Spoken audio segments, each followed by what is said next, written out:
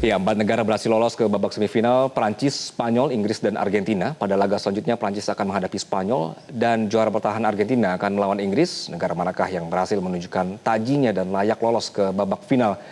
Kami akan membahasnya bersama dengan pengamat sepak bola Yusuf Kurniawan. Bung Yuke, selamat sore. Selamat sore, Anggi. Ya, Bung, jadi kan Prancis ini tampil sangat impresif sejak babak gugur dan berpotensi mengalahkan Spanyol. Bagaimana Anda melihat komposisi pemain dan teknik permainan antara kedua tim saat ini? Iya, saya kira ini dua tim yang sudah sering bertemu ya belakangan ya dalam 2 tahun terakhir.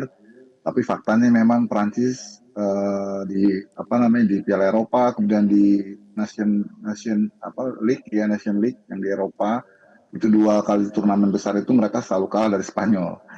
Memang banyak yang mengatakan bahwa anti formula untuk mengatasi permainan tajam Prancis itu ya tim Spanyol. Mereka punya resepnya gitu ya. Di samping mereka punya pengalaman dalam 2 laga turnamen besar terakhir mereka selalu bisa mengalahkan Prancis. Tapi ingat bahwa ini Piala Dunia udah sangat berbeda sekali dimensinya. Tentu Prancis kita tahu bersama bagaimana sepak terjangnya sepanjang Piala Dunia ini sepertinya tidak tertahan, sangat buas ya, sangat ganas. Lini depan mereka juga jaminan ya ketika Mbappe, kemudian Olise, mereka bisa bermanuver, bisa berkolaborasi dengan Dembele, dengan Barcola, itu akan sulit untuk ditahan ya. Kita bisa lihat bagaimana performa mereka begitu konsisten dan power, strength mereka, akselerasi mereka sulit untuk bisa ditahan. Tapi Spanyol punya permainan yang bisa meredupkan cara ataupun juga permainan kencang dari Prancis ya. Karena Oke. Spanyol kan dari dulu memang identitasnya sangat kuat ya, based on position permainan ya. Kemudian kombinasi-kombinasi bola-bola pendeknya, terus agile pemain-pemain mereka yang sangat baik seperti Lamine Yamal, Oyarzabal dan lain-lain itu yang saya kira ini menjadi pertandingan yang sangat equal, sangat seimbang ya. Jadi Oke. nanti penentunya lebih kepada taktikal dan juga mentalitas. Itu yang akan menentukan hasil akhir menurut saya. Oke. Nah, kalau misalnya Anda lihat, apakah dominasi penguasaan bola Spanyol ini bisa meredam Prancis atau justru taktik serangan balik cepat Prancis yang akan jadi bumerang bagi Spanyol, Bung? Iya, saya kira ini pertandingan yang sangat ketat. Tentu Prancis tidak ingin mereka masuk ke dalam irama permainan ball possession-nya Spanyol. Pasti Prancis akan berusaha untuk menekan lebih awal, melakukan pressure dan tidak memberi kesempatan para pemain Spanyol melakukan permainan mereka ya, tiki taka mereka, flair football mereka gitu, sepak bola dinamis kan ya. Jadi saya kira ini permainan fisikal akan dilakukan oleh Prancis dengan melakukan pressing yang sangat ketat sehingga menyulitkan bagi Spanyol untuk bisa memainkan langgam, memainkan iramanya. Itu yang menjadi kunci. Tapi ketika Spanyol bisa keluar dari tekanan Prancis, nah ini berbahaya bagi Prancis karena Prancis itu juga kalau melakukan tekanan otomatis fullback mereka, lini pertahanan mereka juga akan naik ke garis tinggi kan. Nah di saat itulah Oke. ada ruang-ruang kosong yang bisa dimanfaatkan lewat kecepatan pemain-pemain seperti Oyarzabal, Lamine Yamal gitu ya, Dani Olmo dengan kombinasi-kombinasi dan switch play-nya yang sangat bagus, itu bisa membahayakan. Jadi saya kira kunci bagi Prancis bagaimana caranya kalau mereka mau menang ya bisa revenge dari kekalahan di 2 turnamen besar terakhir adalah menciptakan gol cepat dengan power mereka, dengan physical game mereka ya, dengan ketajaman pemain depan mereka. Itu yang bisa memberikan eh, shock terapi pada Spanyol. Tapi kalau Prancis babak pertama misalnya kesulitan untuk membuat gol gitu ya, Oke. itu berbahaya tuh karena Spanyol bisa bisa mencuri kesempatan di fase-fase akhir seperti di laga sebelumnya kan mereka golnya si Merino tuh kan di saat-saat sudah masuk ke fase akhir ya, ketika lawan sudah mulai keletihan. Sementara anak-anak Spanyol kan pemain muda ya, yang stabil ya staminanya. Oke. Itu yang saya kira akan jadi menentukan ya dari dalam arah permainan kedua tim ini nanti.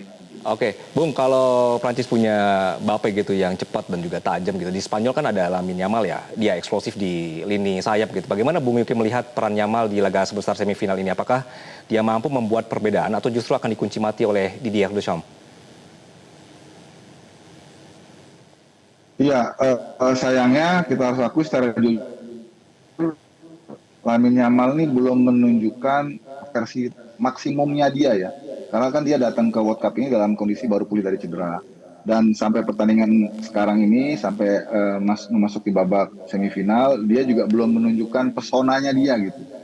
Masih kelihatan masih apa ya, masih mencari bentuk permainan terbaik. Memang nggak mudah ketika pemain yang baru pulih dari cedera terus langsung diharapkan pada turnamen yang ketat, yang levelnya tinggi seperti World Cup itu nggak mudah bagi Lamine Yamal. Tapi Oke, oke. kehadiran dia sangat penting ya untuk memberikan opsi lain kepada taktikal Spanyol, karena kehadiran dia saja sudah memberikan kewaspadaan buat Prancis, itu penting.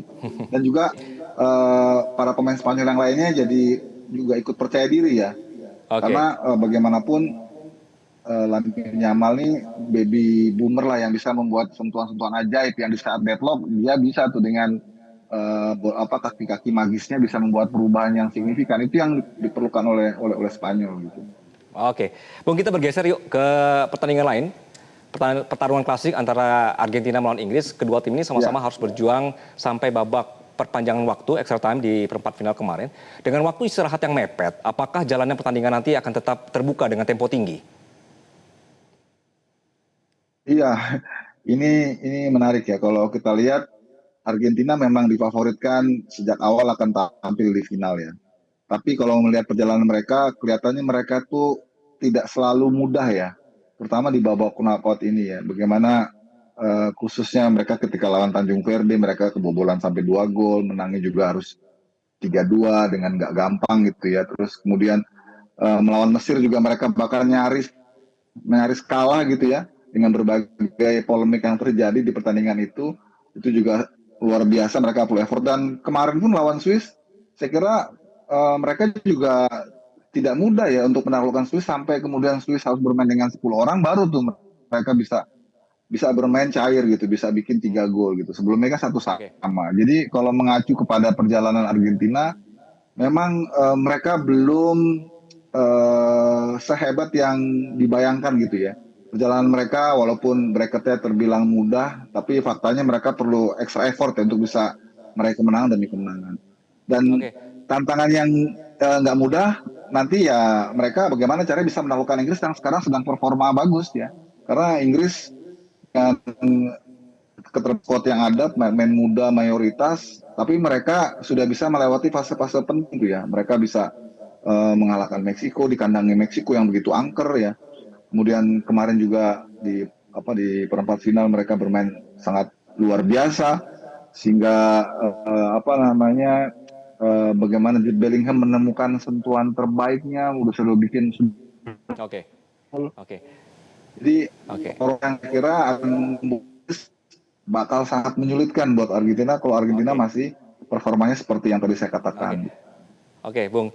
Luar biasa analisis dan prediksi yang sangat tajam dari Bung Yuki. Kita akan melihat pertandingan yang sangat ditunggu-tunggu begitu. Terima kasih Bung Yuki atas analisa Anda di sore hari ini. Jelajahi cara baru mendapatkan informasi. Download Metro TV Extend sekarang.